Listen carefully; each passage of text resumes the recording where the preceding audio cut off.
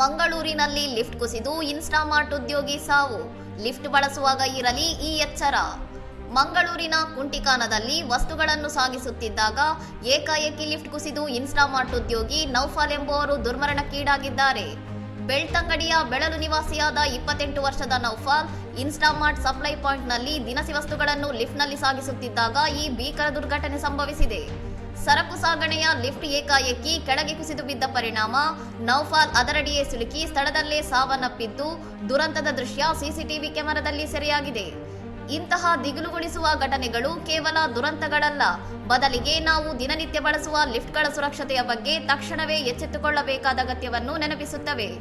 ಯಾವುದೇ ವಾಣಿಜ್ಯ ಅಥವಾ ವಸತಿ ಕಟ್ಟಡಗಳಲ್ಲಿ ಲಿಫ್ಟ್ಗಳ ನಿಗದಿತ ಸಾಮರ್ಥ್ಯಕ್ಕಿಂತ ಹೆಚ್ಚಿನ ತೂಕದ ವಸ್ತುಗಳನ್ನು ಸಾಗಿಸುವುದು ಅತ್ಯಂತ ಅಪಾಯಕಾರಿ ಎಂಬುದನ್ನು ಮರೆಯಬಾರದು. ಕಟ್ಟಡದ ಮಾಲೀಕರು ಮತ್ತು ಸಂಸ್ಥೆಗಳು ಲಿಫ್ಟ್ಗಳ ತಾಂತ್ರಿಕ ಸ್ಥಿತಿಯನ್ನು ನಿಯಮಿತವಾಗಿ ಪರಿಶೀಲಿಸಬೇಕು ಹಾಗೂ ಸಾರ್ವಜನಿಕರು ಲಿಫ್ಟ್ ಬಳಕೆಯ ಸುರಕ್ಷತಾ ನಿಯಮಗಳನ್ನು ಕಡ್ಡಾಯವಾಗಿ ಪಾಲಿಸಬೇಕು. ಇನ್ನಷ್ಟು ಸುದ್ದಿಗಳಿಗಾಗಿ ನೋಡ್ತಾ ಇರಿ ಸೌರಂ ಟಿವಿ.